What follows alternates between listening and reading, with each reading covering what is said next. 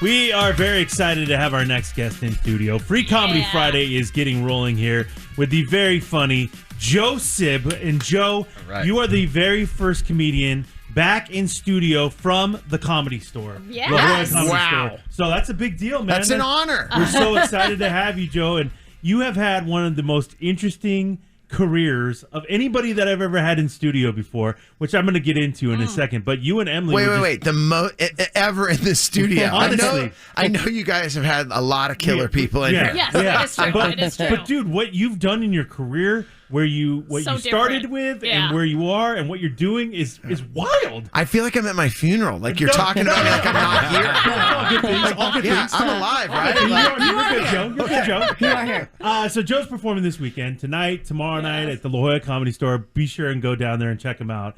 But before I get into your career, you and Emily were just chatting about Catholic school. Oh yeah. And it's so wild how it was almost like you guys immediately bonded and had like a moment about talking about Catholic school. Oh, absolutely. Yeah. The minute we started talking about it, I got brought back to all of it. All of the therapy just really started coming out. I held your hand and we started crying together. Yeah. Careful, those are big hands. It Yeah. was. It was Very beautiful. sweaty hands. Yeah. We both have sweaty hands. So sweaty right now. Yeah, Catholic school for me was definitely, it was 1st through 8th grade in Santa Cruz. Good Shepherd, go Rams. There it is. Wow. Shout out. And we, it was so weird because it was the same group of kids from 1st grade to 8th grade. There was 25 or 30 of us in this little school, and it's so weird. I'm still friends with like 6 of the dudes there. No like way. Same. You have this Oh, bond wow. of like, remember when I got beat? Oh my God. Yeah. Like I remember when they put you in the closet. Like I remember a teacher. It's like Survivor's Sorry? Guilt Yeah. or something. I remember a nun put me in the closet once and shut it for like all of lunch. And Oh, like that my. was normal behavior. Yeah. Like if you came home and said,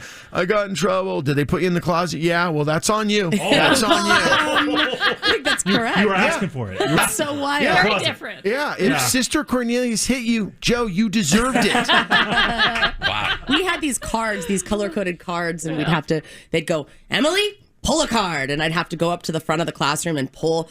Our cards had color coding. So and every time I'd get in trouble, I'd have to go up there and pull a card.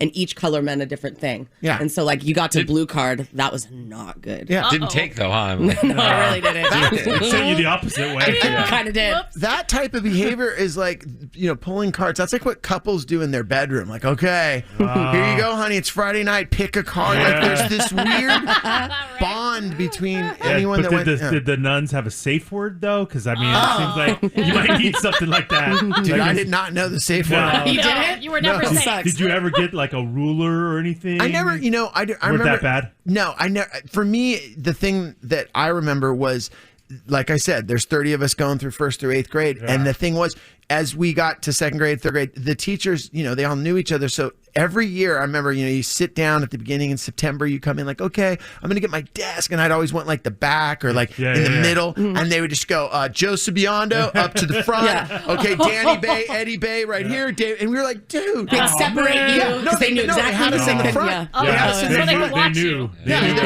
the like, troublemakers. So I was sitting front row, and my thing was, sucks. as a kid, and it's not weird that my gig's being a comedian because I wasn't that good at sports. I wasn't that good at academics. So I just would joke around and draw funny pictures and give them to Danny and Eddie Bay and just get into trouble. I can't believe I remember all these people's names. It's amazing. I remember I all of don't them know too. anything about history or what's going on politically, but I know that Danny and Eddie Bay were in 7th and 8th grade. They were your boys. The Bay crew. That's the good stuff. Yeah. Oh, yeah. Bay boys. What's Yeah. up? Speaking of the Bay? Bay, Sky and I grew up in the Bay Area. Oh, so okay. You're a Santa Cruz. Santa kid. Cruz, San Yeah. Jose is my hometown. Well, I'm from San Jose. Gilroy. She's from San Jose. Oh my God, Gilroy Garlic Festival. That's What's up, brother? Now we're never gonna stop talking about Oh, it. yeah, man. all right, Garlic really? capital of the world. What are you Dude, going to do? I mean, hey, if they're going to eat garlic, you eat it in Gilroy. That's it. Oh, that's, yeah. That's where it's from. You need garlic ice cream? You got it. Ew. You got it. Oh, yeah. No, we had it. All I remember Yeah. about the Garlic Festival is that it seems like every year I go up to still visit my mom. I'm like, I'm going to drive to Santa Cruz.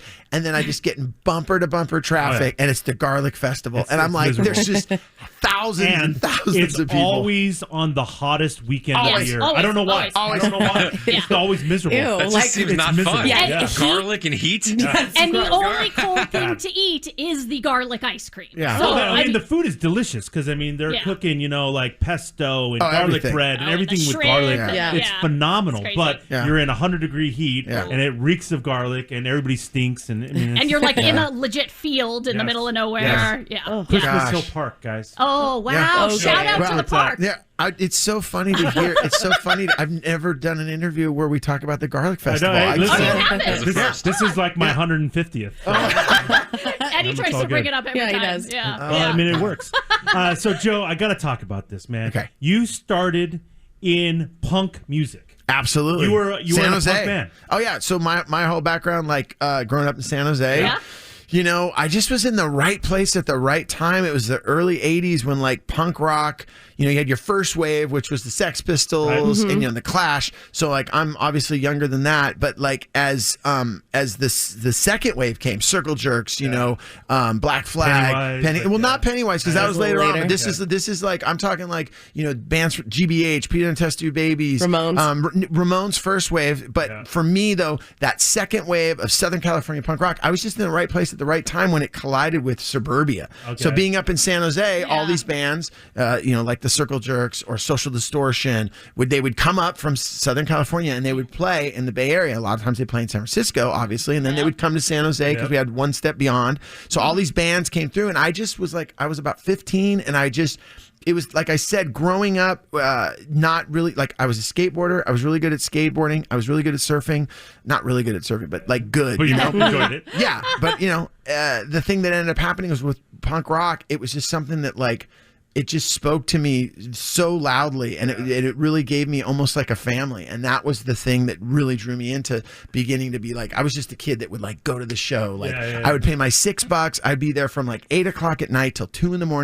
And I didn't That's do awesome. drugs, so I was in the pit the whole time. Oh, yeah, wow. dude, shirt off, just going for it. Like I was on stage more than the band. Yeah. Like, that's Just jumping off, though. yeah. Oh, dude, That's so cool. there was times where I remember one time, like the reason I got into a band was I was up at the On Broadway in San Francisco, and you know, it was one of those nights where like 10 bands, you know, $7. I'm in there, that's the greatest and this night ever. kid, this guy that's working the stage in between bands is like putting it back together, because you know, a band would go out on stage and then everyone in the venue would just go nuts. So he's putting back everything, getting ready for the next band to come on stage, and I'm just sitting there frothing, you know, waiting to see whoever it was, MDC or Verbal Abuse or Code of Honor.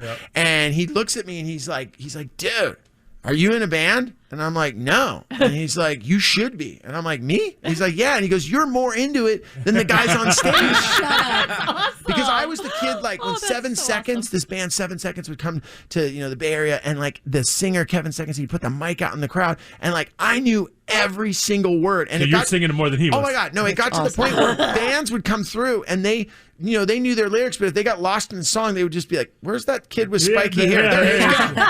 Where are we in the song? You know? And punk rock songs, there's a lot of words in like a minute and a half. And I was so into it. And Wow. it really changed my life. And at that point, you know, punk rock really, whether it was, you know, politics, or whether it was like I learned about, you know, through the Clash, I learned about the Sandinistas. Like I didn't know, you know, like I didn't listen in school because the nuns scared me. But like when I was, you know, when Joe Strummer talked about Sandinistas, or like, you know, MDC would talk about what was going on politically in the Bay Area, Code of Honor, same thing. It just really spoke to me. And that music really, it was my drug. And I always like to say, like, it was like my religion. Yeah. You know, it really became, and at the same time, you got to remember, I'm on one side of the street, which is like, you know, Bad Religion is coming up from LA, the Adolescents is coming up from LA, but across the street, it's Metallica. Right. It's, you know, all the metal that's going on. I remember going to see this band called Crucifix in San Francisco, and it's just so weird to think about it. You know, we're sitting there, we're watching this band Crucifix, and in the crowd is like James and Lars from Metallica, and they're just there with us, but checking it out. they're not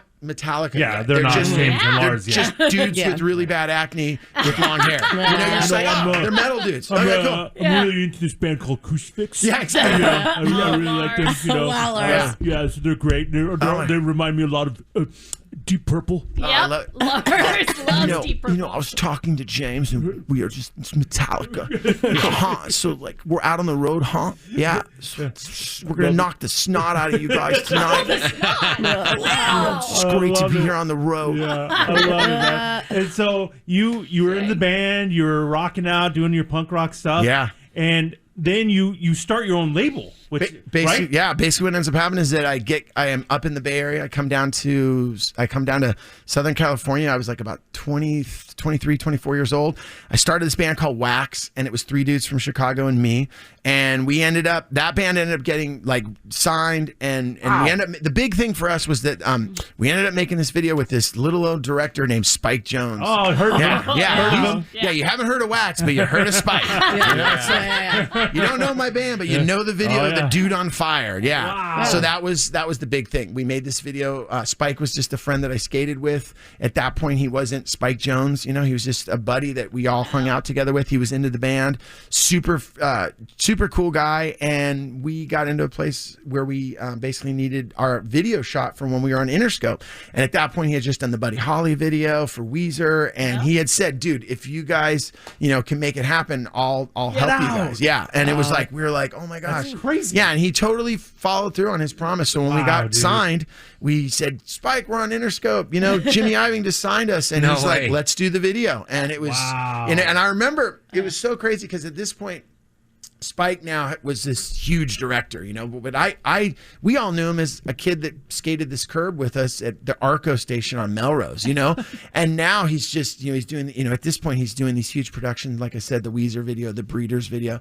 And at one point, we're talking about doing this video, and it's getting to the point where they're like, dude, we got to shoot the video because the single's happening and everything's moving really fast. And it comes down to the week before the video, still no word from Spike, 2 days before the video. Finally, I remember the people at Interscope were like, look, Spike's asking for this large amount of money, but he's not telling us what the video is going to be. But he was at a point in his career where, like, they just wanted him to do the video. Sure. They did not care what he was going to do. And I remember the night before the video, he calls me and he's like, hey, what's up? And we're talking. He's like, yeah, man, I want to do something with fire. And I'm just like, I'm cool with whatever you want to do. But like, he goes, yeah, I just did this fire hose video, and like we used fire, and when you film fire and use slow-mo, it looks really cool. And I'm like, okay. And then he's like, all right, I'll see you Saturday. And then that's really all you knew. That's all I really knew. So when we show up to do the video, he's like, I'm gonna light this guy on fire. You guys are gonna all stand here. He's gonna run by you. Okay. And we're like, okay. But we didn't realize that at the point, he was gonna take a 30-second clip or whatever it is of the dude running,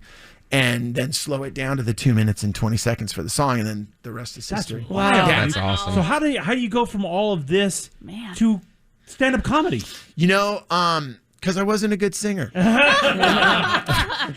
you know what it was? So like for me, like being in a band, especially being in a punk rock band, there's times like I remember when I first started doing stand up, and I started in Hollywood too. The worst place as a comedian to start.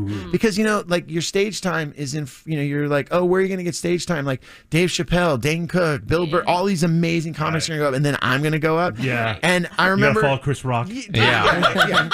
I've never had to do that. Okay. Yeah, I've had to follow a lot of big comics, but the thing that for me, what kind of transpired was, I think being on stage as a singer in a band for as many years, as I have, then when I went into comedy, like I knew how to act on stage, but like the writing of material and doing all of that's the thing I've worked on for 11 years. Wow. It takes a long time, but the thing that I think I had an advantage to was I remember one time I went up at the Hollywood Improv, and it's like this crazy lineup, and this other comic or agent kind of gets in my head. He's like, hey man, you ready for this tonight? And I'm like, yeah. And he's like, I've seen comics die up there before, bro. Oh, that's a good thing to say. And I'm like, why did you say that? Yeah. As I'm getting ready to go on. Oh my God. Place is packed. He's like, yeah, I've seen guys die up there, man. I've seen careers start and finish on that stage. And I'm sitting there, and he's really trying to get in my head. And I go, hey, bro, I'm going to ask you a question. Are there skinheads here tonight? He goes, what? I go, are there skinheads that'll come on stage, pull me off of stage, take me to the back of the club, and then start dancing on my head? He goes, no, nothing like that's going to happen. I go, okay, I'm fine. Yeah, thank you. Thank you. Yeah. Is there a guy going to try to stab me? No. He's like, no. And I'm like, I'm fine. Yeah. I'm fine. That's a good headspace to be in. Yeah, like, dude, if people might not laugh at me. Okay, I'm used to people with knives going, after the show, it's you, buddy. It's you. This dirty knife I made is going to be in you. Like, did this kid make a knife to stab me? Yeah, he hates your band. Yeah. Oh my God. Oh yeah. So you're telling me people might not laugh? Okay, I'm A little fine. different. Fine. A little different. And thanks for the pep talk too, by the way. like, But I remember that was the thing that it was. So to get into comedy, I would say, I always, growing up as a kid, my dad, my mom, they have crazy sense of humor. Growing up and, going to Catholic school, I've always leaned on comedy. But like that was really the Bay Brothers. Yeah, the Bay Brothers. They love you. I would say for me, as much as I've had like worked in music and had this, been in a band that toured with so many great bands and had so much music history, I would say still though as a kid, I remember when I saw the George Carlin record live from Santa Monica Civic, he's got no shirt on, he's got the vest on, and it's one dude and people are laughing. I remember as a little kid going like, wow, like that's punk. Like, dude, that's gnarly. Like no band and just a mic. Like to me, that's cool, really man. That's really you against, because when it goes well on stage, it's high fives and you're, oh my God, best feeling in the world. Yeah, it's the best feeling in the world. And you're in your car and you're like, man, I killed it. That's awesome. When it goes bad, you're alone and you're just sitting in your room and you have to spend the whole day just going, gosh, that was rethinking the worst. Your whole life. Yeah. I always joke around. Stand-up's the only thing that while you're doing, it's like going to work and have you ever done something and while you're doing it go, I want to quit. Like it's like while you're doing it. About a half an hour ago, I think I did that. Hey, listen, Joe, you're a great dude, man. I love having you in here. Thank you, guys. Good luck with the shows this weekend. Go check out Joe at the La Jolla Comedy Store tonight, tomorrow night. Absolutely. Anytime you're in town, man, you're welcome in. Thank you guys so much for having me. I really appreciate it.